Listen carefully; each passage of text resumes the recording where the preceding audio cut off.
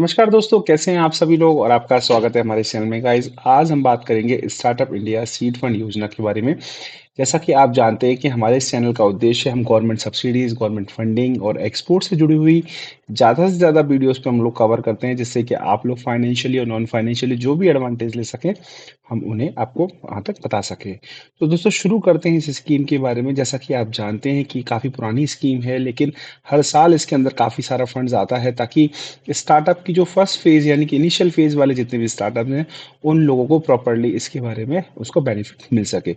दोस्तों, इस स्कीम का जो फ़ायदा लेने के लिए अगर हम बात करें जो ऑब्जेक्टिव्स हैं, तो उसके अंदर आपको अगर कोई भी मार्केटिंग करनी है या फिर आपको प्रूफ ऑफ कॉन्सेप्ट करना है, आपको प्रोफाइल डेवलप करनी है, या फिर हम बात करें कि आपका जो प्रोडक्ट है वो टेस्टिंग फेज़ में है या मार्केट में आप एंट्री करना चाह रहे हैं, तो ऐसे केस में जो हमारी स्टार्टअप इंडिया सीड फंड योजना है, उससे आप ग्रांट ले सकते हैं। इसमें ग्रांट दो फॉर्म में होती है, 20 लाख और 50 लाख।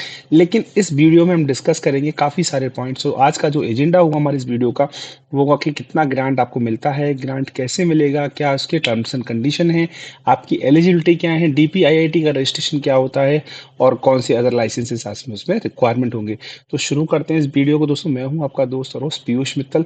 आपको अगर किसी प्रकार का रजिस्ट्रेशन कराना है इस स्कीम के अंदर, तो भी दिए हुए नंबर है स्क्रीन पर, आप इन पे कॉन्टैक्ट कर सकते हैं। तो आगे बढ़ते हैं दोस्तों। स्टार्टअप इंडिया सीड फंड क्या है?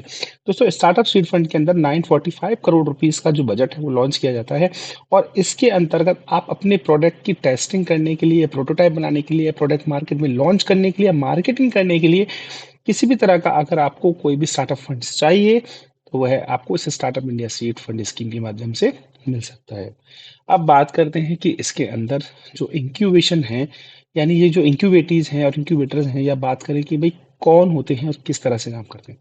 देखिए, पहले समझते हैं। इंक्यूबेशन सेंटर्स होते हैं। पहला तो इंक्यूबेशन सेंटर्स होते हैं जहाँ पे स्टार्टअप्स को उगाया जाता है, डेवलप किया जाता है। दूसरा होता है इंक्यूबेटर्स। इंक्यूबेटर्स होते हैं आपके गाइडर। जो भी स्टार्टअप्स होते हैं उनको जो गाइड करते हैं लोग, उनको इंक्यूबेटर्स बोला जाता है। और इंक्यूबेटिंग खुद अपने आप में जो स्टार्टअप्स होते हैं, तो इसके अंदर आप जब कभी भी आप इसमें एंट्री करेंगे यानी ग्रांट लेने के लिए जाएंगे, तो एक आपको इंक्यूबेटर प्रोवाइड किया जाएगा। प्रोवाइड किया जाएगा या आपको खुद को चूज करना होगा। आपके सामने ऑप्शंस होंगे, आपको चूज करना है, क्योंकि वही आपको उस फंडिंग को प्रोवाइड कराएगा। तो आगे बढ़ते हैं इसके साथ में। इसमें 945 करोड़ का फंड्स होता है। तकरीबन 3600, मोस्टली तो 3600 के आसपास जितने भी स्टार्टअप्स हैं उनको इसमें फंडिंग दी जाती है। साथ में बात करें जिसमें इंक्यूबेटर्स हैं, वो 300 के आसपास के इंक्यूबेटर्स इस स्कीम के अंदर अभी रजिस्टर्ड हैं। इसका ऑब्जेक्टिव्स क्या है? तो इसका आपका ऑब्जेक्टिव ऑब्वियसली आपको पता ही है कि स्टार्टअप्स हैं, जो भी स्टार्टअप्स स्टक पड़े हुए हैं या जो स्टार्टअप्स के आइडियाज अच्छे हैं, जो ड्रिवन टेक्नोलॉजी ड्रिवन है, मार्केटिंग ड्रिवन है, जो अच्छे से अपने आप को बढ़ाना चाहते हैं, उन सभी को बढ़ावा देना है। ज़्यादा से ज़्यादा एम्प्लॉयमेंट प्रोवाइड कराना है, ताकि लोग जो सरकारी नौकरी के पीछे भाग रहे हैं उसके पीछे वो छोड़ सके। और ज़्यादा से ज़्यादा जो आपके इन्वेस्टमेंट है उसको रेज करने के लिए, यानी निवेश इन्वेस्टमेंट को बढ़ाने के लिए भी इस स्कीम में आपकी हेल्प होती है, जिसमें आपके एंजल इन्वेस्टर्स हैं वो आपके लिए इस इन्वेस्टमेंट को सक्षम बनाते हैं। तो दोस्तों, इस इन्वेस्टमेंट में जो इंक्यूबेटर्स हैं उनको हम लोग कहेंगे एंजल इन्वेस्टर्स, वेंचर कैपिटलिस्ट और बैंकर्स। इसमें तीन तरह के जो ये इन्वेस्टर्स हैं वो आपको फंडिंग या ग्रांट देने का काम करते हैं। अब बात करते हैं कि इसमें जो क्वालिफिकेशंस क्या-क्या चाहिए आपको। तो दोस्तों, सबसे इम्पोर्टेंट चीज़ ये है कि क्वालिफिकेशन के लिए डीपीआईटीटी का रजिस्ट्रेशन होना चाहिए। अब डीपीआईटीटी का रजिस्ट्रेशन में भी कुछ कंडीशंस होती हैं जो कि इसमें नहीं बताई जाती हैं, मैं बता देता हूँ आपको। मैंने पहले भी लास्ट वीडियोज़ बनाई हैं, उसके अंदर आपको बता दें कि इसमें अगर आप कोई भी रजिस्ट्रेशन करा रहे हैं डीपीआईटीटी में, तो वह कोई प्राइवेट लिमिटेड, एलएलपी या पार्टनरशिप ही करा सकते हैं। तो इस 3 तरह की एंटिटीज़ में रजिस्ट्रेशन करा सकती हैं। और रजिस्ट्रेशन कराने के लिए बाद में आपको लाइसेंस लेने के बाद इसमें 2 साल के अंदर आपको कम से कम एप्लीकेशन लगानी होगी।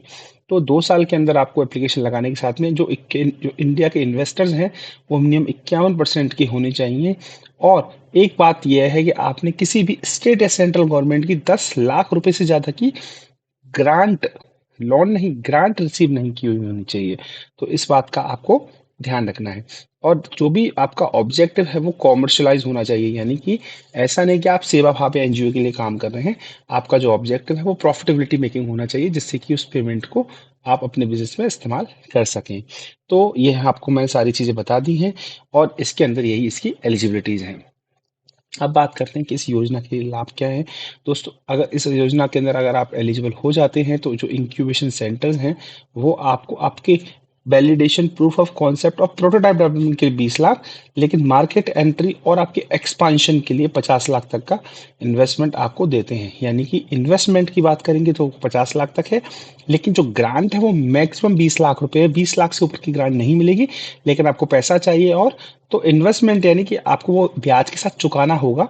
तो ऐसे केस में 50 लाख रुपए तक आप इस समय अमाउंट ले सकते हैं इस स्टार्टअप स्कीम के अंदर। तो दोस्तों, इसके लिए ये योजना जो है आपके पूरे ईयर के लिए ओपन रहती है। किसी भी वर्ष आप इसके लिए एप्लीकेशन लगा सकते हैं। इसमें जो एप्लीकेशन लगाई जाती है वो मिनिमम 3 इंक्यूबेटर्स को लगाई जाती है, जिसमें आपको फिजिकली प्रेजेंस होने की जरूरत नहीं होगी। और इसमें आप एप्लीकेशन किसी भी एक इंक्यूबेटर को सेलेक्ट करके कर सकते हैं। तो आगे बढ़ते हैं हम इसके अंदर। अब इसकी प्रोसेस क्या है? तो दोस्तों, सबसे पहले startupindia.gov.in पे आपको सीड फंड स्कीम के अंदर रजिस्टर कराना है। इसमें आपको ध्यान रखना है कि आपको DPIIT, department of promotion of industrial code, जो डीपीआईटीटी है, उसका आपको लाइसेंस पहले ही लेना होगा। और ये लाइसेंस के लिए जो आपको एक वीडियो पहले भी बनाई हुई है, आप मेरे डिस्क्रिप्शन बॉक्स में भी मैं आपको कोशिश करूंगा इसकी लिंक प्रोवाइड करा दूं, तो वहां से भी आप इसको देख पाएंगे। इसमें पोर्टल पे आपको रजिस्ट्रेशन कराना है। रजिस्ट्रेशन कराने के बाद में आपको डीपीआईआईटी के ऊपर इसके अंदर मान्यता लेनी है। अगला बात करते हैं हम इसके अंदर कि इसके अंदर स्टेप 2 के अंदर आपको है इंक्यूबेशन का सेलेक्ट करना है, यानी इंक्यूबेशन का आपको सिलेक्शन करना है। इंक्यूबेशन सिलेक्शन करने के लिए आपको 3 इंक्यूबेशन को एप्लीकेशन भेजनी है, जिसमें से आपको लगता है कि जो भी इंक्यूबेटर आपके लिए बेस्ट है उसे आपको सेलेक्ट करना होगा, वही आपको फंडिंग देगा, अदर फंडिंग नहीं दे पाएंगे। इसलिए सेलेक्ट करते समय आपको ये बहुत ध्यान रखना है कि जो व्यक्ति आपके लिए उपयुक्त है वही आप उसे सेलेक्ट करें।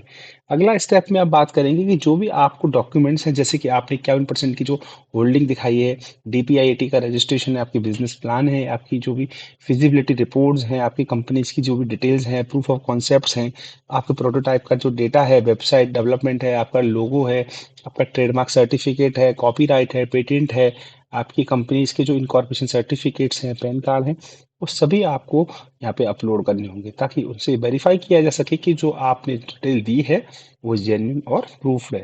ओके। इसके बाद में आपको लास्ट में जो है जानकारी भरने के बाद आपको सबमिट करनी होगी। इसमें इंडिया एंड पोर्टल आपको लॉगिन ट्रैक रेगुलर करना होगा, जिसमें आपको 20 से लेकर 50 लाख तक की, 20 लाख की आपको ग्रांट और 50 लाख तक की आपको फंडिंग इसमें मिल सकती है। और इसके माध्यम से आप इसमें अपना जो भी एलिजिबल है वो ले सकते हैं। दोस्तों, अब इसके लिए आपको ज़्यादा जानकारी चाहिए और आपको अगर लगता है कि आपको एप्लीकेशन लगानी है, तो आप दिए हुए नंबर पे भी संपर्क कर सकते हैं। Thank you very much.